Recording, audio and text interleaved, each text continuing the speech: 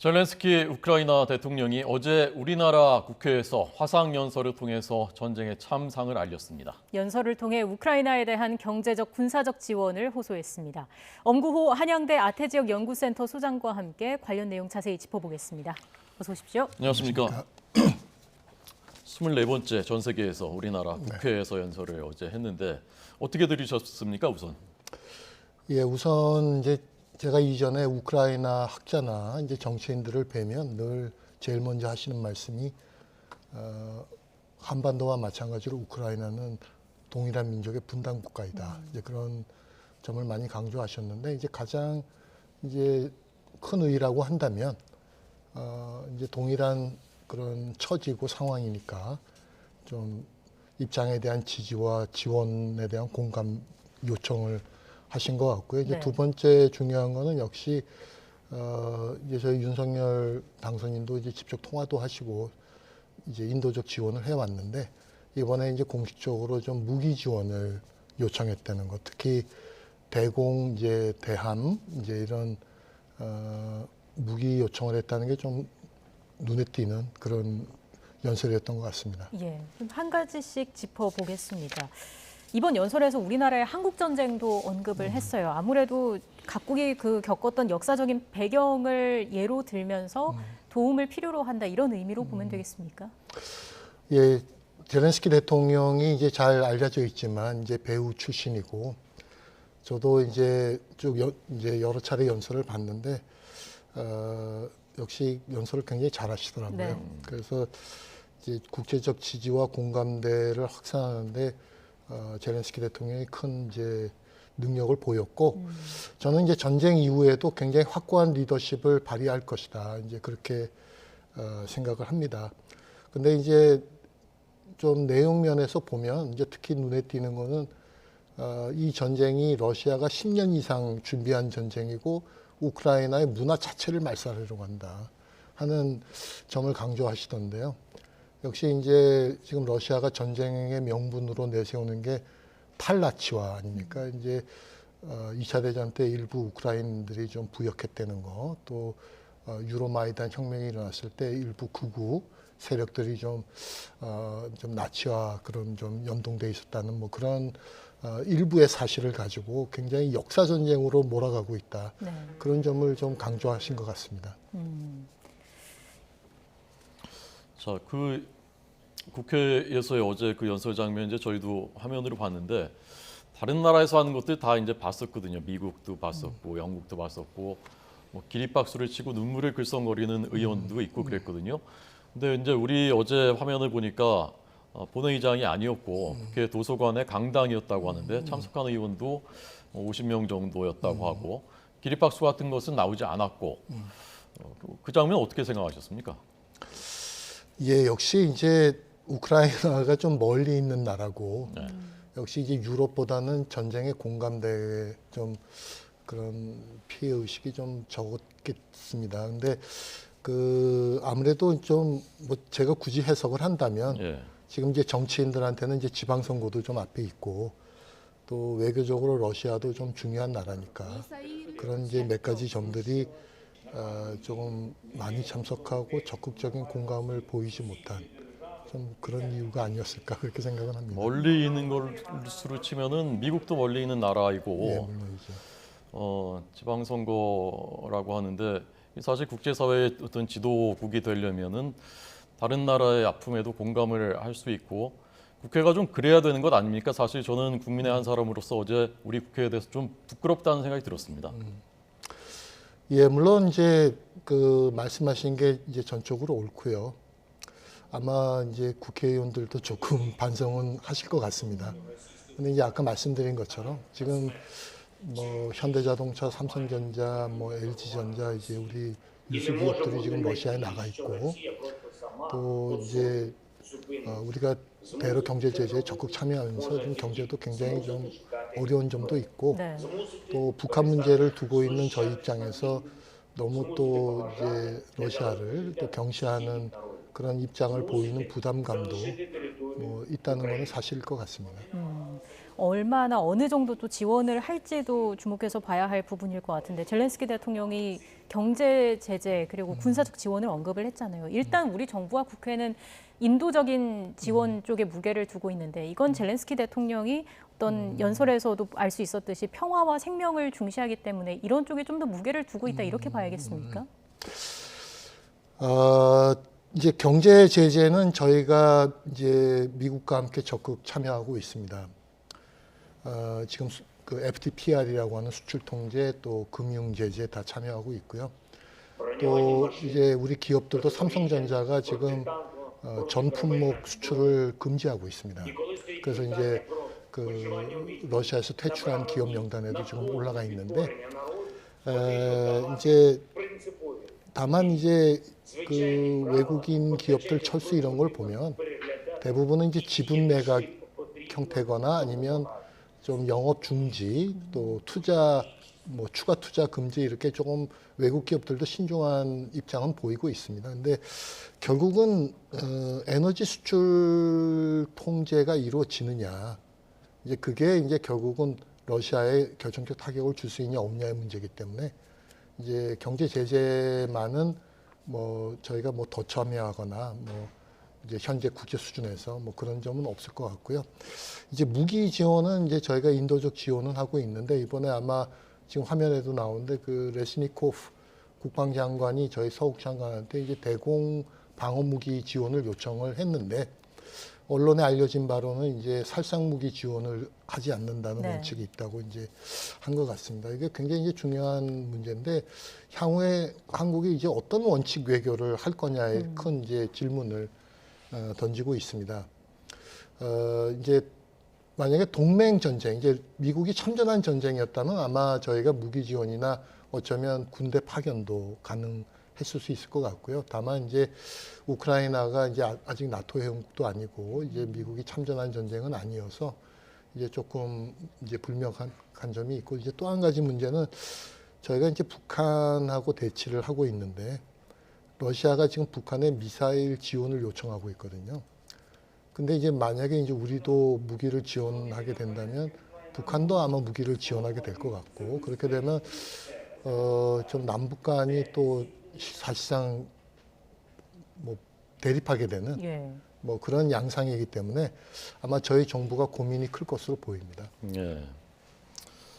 지금은 이제 그러니까 그 공격 무기 지원은 하지 않고 방탄 헬멧이나 모포나 뭐 이런 군용용품들을 지원하고 있다고 하는데 여기에 대해서 이제 찬반 양론이 있을 것 같습니다. 양쪽 다 일리가 있고요.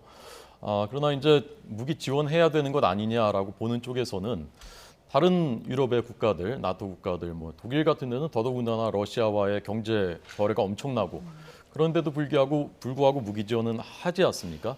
그렇다면 이제 국제사회의 어떤 인도주의적인 그런 측면에서 우리도 해야 되는 것 아니냐라는 주장을 하는 분들도 있거든요. 거기에 대해서는 어떻게 생각하십니까? 예, 지금 말씀드린 것처럼 이제 이 문제뿐만 아니라 이제 우리의 향후 이제 원칙 외교에 관련된 문제입니다. 우리가 이제 어떤 수준, 예를 들어서 뭐 유엔이 참전하는 이제 유엔 평화 유지군이나 이제 이렇 또는 이제 미국이 동맹이니까 이제 동맹이 이제 참여하는 전쟁에 대해서는 이제 큰 이론의 여지가 없을 것 같습니다.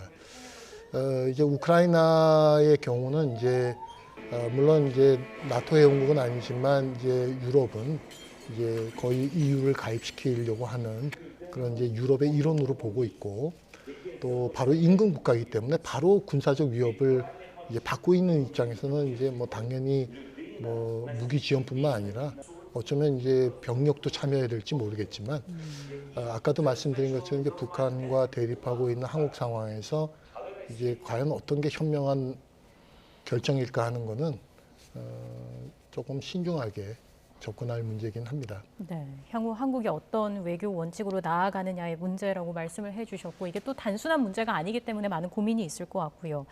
국회에서는 이런 이야기도 나옵니다. 우크라이나를 탈출한 고려인을 전용기로 한국으로 데려와야 한다라는 이야기가 나오는데 여기에 대해서는 어떻게 좀 지원을 할 수 있을까요? 예, 제가 듣기로는 아마 그 이광재 의원인가요? 폴란드에 가셔서 아마 그 지금 탈출한 고려인들 상황을 이제 보고 오셨다고 그래요. 저는 이제 이 문제를 좀 아주 심각하고 중요한 문제로 받아들여야 된다고 생각합니다. 이제 저희가 이제 뭐 옛날에 저희도 어렵게 살 때는 뭐 해외 동포나 이런 데 깊은 관심을 이제 못 가졌지만 이제는 이제 저희가 특히 조선족 뭐 고려인이라고 하는 조금 이제 과거에 좀 사회주의 국가에 좀 단절돼 있었던 특히 이제 4세대, 5세대까지 가서야 교류가 가능했던 이런 이제 고려인들에 대해서는 더더욱이 교류가 어려웠기 때문에 좀 지원과 좀 특별한 관심 또 보호소가 필요하다면 좀 적극적으로 이제 그렇게 해야 될 것 같습니다. 우크라이나에 이 고려인 난민이 어느 정도 거주하고 계시고 지금 뭐 탈출하신 분들은 어느 정도 되는지 혹시 규모를 아십니까? 아니 저도 정확하게 이제 보지는 못했습니다. 이제 아마 제가 듣기로는 그분들이 한 군데 이제 다 모인 것은 아닌 걸로 네. 알고 있고요. 일부 이렇게 흩어진 상황에서 그런 지원과 보호를 요청하고 있다고 그렇게 듣고 있습니다. 네. 주변국으로 좀 고려인들이 피난을 간 상황이고요. 네. 관심을 좀 가졌으면 좋겠습니다. 지금 이제 저희가 자막으로도 전해드리고 있습니다만 돈바스 쪽에 이제 러시아군이 공세를 집중할 것으로 보인다. 그래서 이제 이지움 이 지도에서 보면은 제2의 도시에 이제 가까운 이지움 쪽, 이 동부 쪽에서 북부 쪽에서 철군한 병력들이 여기 이제 공세를 할 것으로 보인다. 교수님 보시기에 지금 전황은 어떤 국면으로 접어들고 있는 것 같습니까? 그 이제 일반적인 예측은 이제 키우에서 퇴각한 이제 병력들이 재정비를 마치고 이제 동부로 이동하고 있다. 네. 그 이동 위성 사진이 공개된 것 같습니다. 지금 이제 전황을 보니까 지금 빨갛게 나온 저 루안스크 지역은 이미 사실상 거의 러시아 점령으로 넘어가 있고요. 예. 이제 도네츠크 지역은 뭐 거의 절반 정도 절반 이상 점령이 된 것 같습니다. 저 지도에서 보시다시피 지금 러시아가 원하는 것은 이제 루안스크, 도네츠크 이제 저희가 돈바스라고 하는 지역에서 네, 네. 이제 크림반도로 이렇게 육로로 통과하는 헤르손, 마리우폴 저 이제 두 도시를 점령해서 이제 크림반도까지 이제 육상 통로를 확보해서 네. 하나의 이제 큰 축으로 이제 분할 점령하려는 이제 그런 시도로 보이고요. 제가 조금 재미있는 설문조사 결과 하나를 말씀드리면 이제 3월 말에 익스트림 스캔이라는 여론조사 기관에서 발표했는데 네, 네. 우크라이나 국민, 러시아 국민 모두에게 설문조사를 했습니다. 어, 종전을 하려면 어떤 조건이 돼야지 종전하겠냐. 예. 그렇게 물었더니 러시아는 거의 70% 이상이 동부 우크라이나나 크림반도를 우리 영토로 준다면 종전하는 데 찬성하겠다 네, 하는 입장이고 우크라이나는 그게 10%밖에 안 되고 뭐 미스크 협정이나 중립화 협정을 맺는 걸로 종전하는 외교적 해결을 해야 된다는 예. 이제 입장입니다. 그래서 그러니까 영토는 못 준다는 그렇습니다. 말이죠. 그러니까 평화 협상이 진행되지만 예. 사실상 평화 협상이 타결될 가능성은 적어 보이고요. 지금 저 지도에서 나오는 것처럼 저 붉은 지역을 러시아가 점령한 다음에 5월 8일이 러시아 전승 기념일입니다. 아마 그때쯤 우리 전쟁이 애초에 우크라이나의 중립화와 동부 우크라이나 문제 해결을 목적으로 한 전쟁이었다. 예. 우리는 그 목적을 달성했으니까 승리했다는 걸 선언하고 아마 정전이나 휴전에 들어갈 가능성도 있을 것 같습니다. 그러니까 5월 8일까지는 동부전선에서 승리하고 잠깐만. 네. 그 동부전선을 장악한 다음에 5월 8일에 승리했다라고 선언할 가능성이 있다라는 말씀이십니까? 이제 뭐 승리라고 선언하면서 네, 네. 아마 이제 대대적인 군사 퍼레이드를 할 가능성도 있고 네. 아마 이제 일방적인 정전이나 아니면 이제 휴전 선언을 할 가능성도 있습니다. 지금 이제 그 하르키우가 그 제2의 도시, 우크라이나 제2의 도시고 조금 전 이제 공격이 예상된다고 하는 이지움이 하르키우 바로 옆에 있는 이 도시고요. 그리고 이제 지금 말씀하신 크림반도는 지금 맨 아래쪽에 보이는 남부 그 지역이죠. 아조후에서 그 왼쪽으로 있는 동남부 지역입니다. 동쪽 동남쪽으로 있는 크림반도 일부가 지금 빨갛게 보이는 저기가 크림반도입니다. 그러니까 여기를 다 하르키우부터 해서 돈바스, 마리우폴, 크림반도까지는 장악을 하는 것이 러시아의 전략적인 목표인 것으로 목표입니다. 보인다. 지금 저희가 계속해서 지도를 보여드리고 있는데 마리우폴 비롯해서 뭐 동부 도네츠크주의 그 크라마토르스크 기차역 같은 경우에도 민간인 피해가 계속해서 늘고 있잖아요. 네. 이게 민간인이 피해를 입을 수 있는 무차별 공격은 금지돼 있는 게 제네바 협약에도 나와 있고요. 전쟁 범죄인 건데 그럼에도 불구하고 러시아가 이렇게 계속해서 무차별적인 공격을 가하는 건 향후에 있을 협상에서 좀 유리한 고지를 선점하기 위해서다라고 봐야 할까요? 근데 이제 저는 이제 러시아도 이게 협상으로 해결될 가능성이 이제 적어지고 있다고 보는 것 같아요. 네. 이제 그 증거로서 지금 말씀하신 민간인에 대한 무차별 이제 공격이 포함된 좀 전면적 공격으로 나선 거 아닐까. 그렇게 본다면 아까 말씀드린 대로 어차피 동부 우크라이나 문제를 젤렌스키 행정부가 포기하지 않을 거라면 무력으로 점령한 다음에 일종의 우크라이나 분할을 하는 시나리오로 들어가는 게 아닐까. 저는 그런 가능성이 크다고 보입니다.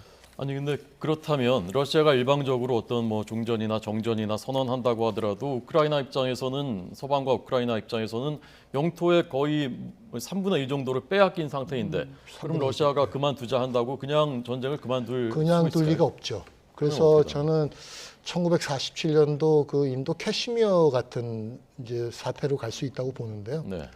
이제 계속적인 전쟁은 아니지만 굉장히 간헐적이지만 하여튼 무력 갈등 또 내란 소요 이런 게 이제 계속 진행되면서 아마 이제 서로의 국경선을 다르게 주장하는 이제 국제적 분쟁 지역화 이제 그렇게 될 가능성이 현재는 있어 보입니다. 예. 굉장히 우려되는 상황이죠. 그래도 뭐 중립화라든지 나토 가입 문제 등과 관련해서는 어느 정도 원칙적으로 합의가 되는 부분들이 있잖아요. 예, 지난 이제 이스탄불 5차 협상에서 아주 구체적으로 합의가 됐죠. 이제 뭐냐 하면 이제 나토 원장 5조처럼 이제 전쟁이 발생하면 3일 이내에 군사적 대응을 이제 여러 국가들이 협약해서 이제 하는 협약을 맺는다면 나토 가입 안 하겠다. 또 비핵화 유지하겠다. 이제 그런 구체적 합의가 돼 있습니다. 근데 이제 이 중립화라는 거는 어차피 명백한 보장 수단이 없습니다. 그러니까 우크라이나로서도 그런 이제 중립화를 한다는 거에 대해서 아마 부담이 적지만 영토 문제는 네. 이거는 뭐 정말 큰 문제이기 때문에 예. 그리고 이제 아까도 말씀드렸듯이 지금 우크라이나의 반로 정서가 아주 극에 달해 있습니다. 네. 그 중립화나 이런 건 다 국민투표 헌법 개정 상황이기 때문에 예. 저는 뭐 국민투표도 통과할 가능성이 좀 없지 않을까 그런 네. 생각이 듭니다. 5차 협상에서 합의가 된 다음에 부차 학살을 비롯해서 민간인 학살이 다 드러났기 때문에 뭐 국제사회도 그렇고 우크라이나도 그렇고 상황 자체가 여론 자체가 근본적으로 변했고 어제 이제 오스트리아 총리가 푸틴 대통령 만났지 않습니까? 네. 푸틴 대통령이 서방 정상 만난 것도 사실은 좀 이례적인 일인데 이 오스트리아 총리가 만난 다음에 매우 직접적이고 솔직했으며 그러나 어려웠다. 우호적인 회담은 아니었다라고 평을 했습니다. 제일 궁금한 것이 푸틴 대통령의 지금 심리랄까요? 어디까지 가려고 하는 것인가? 마지막으로 그걸 좀 박사님 교수님 전망 말씀해 주십시오. 지금 이제 카를 레안모 총리가 뭐 이전에 뭐 전쟁 중에도 마크롱 프랑스 대통령이나 이제 숄츠 독일 총리가 전화 통화는 한 적이 있는데 네, 네. 이제 처음으로 이제 대면 정상회담이었기 때문에 네. 75분간 이제 진행됐다고 하는데요.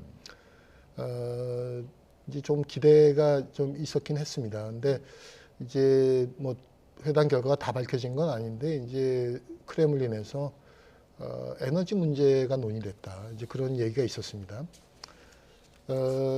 오스트리아가 지금 러시아 가스 의존도가 80%입니다. 그러니까 지금 굉장히 아마 에너지 어려움을 겪고 있을 겁니다. 그러니까 이제 그런 이제 국내의 그런 에너지 문제를 해결하려는 좀 마음도 있었지 않았을까 하는 점에 대해서 심지어 이제 그 오스트리아 내부에서도 많은 비판이 있다고 저는 들었습니다. 러시아의 생각은 뭐냐면 역시 그 러시아가 갖고 있는 이제 유일한 EU 레버리지가 에너지이기 때문에 네, 네. 이제 뭐 루블 뭐 이제 결제 이런 여러 수단을 통해서 레버리지를 해서 EU들이 이 문제를 가급적 빨리 해결하도록 노력해라. 예. 네. 그래서 좀 이제 협상으로 유도하고 하는 그런 입장을 보인 것 같습니다. 네. 알겠습니다.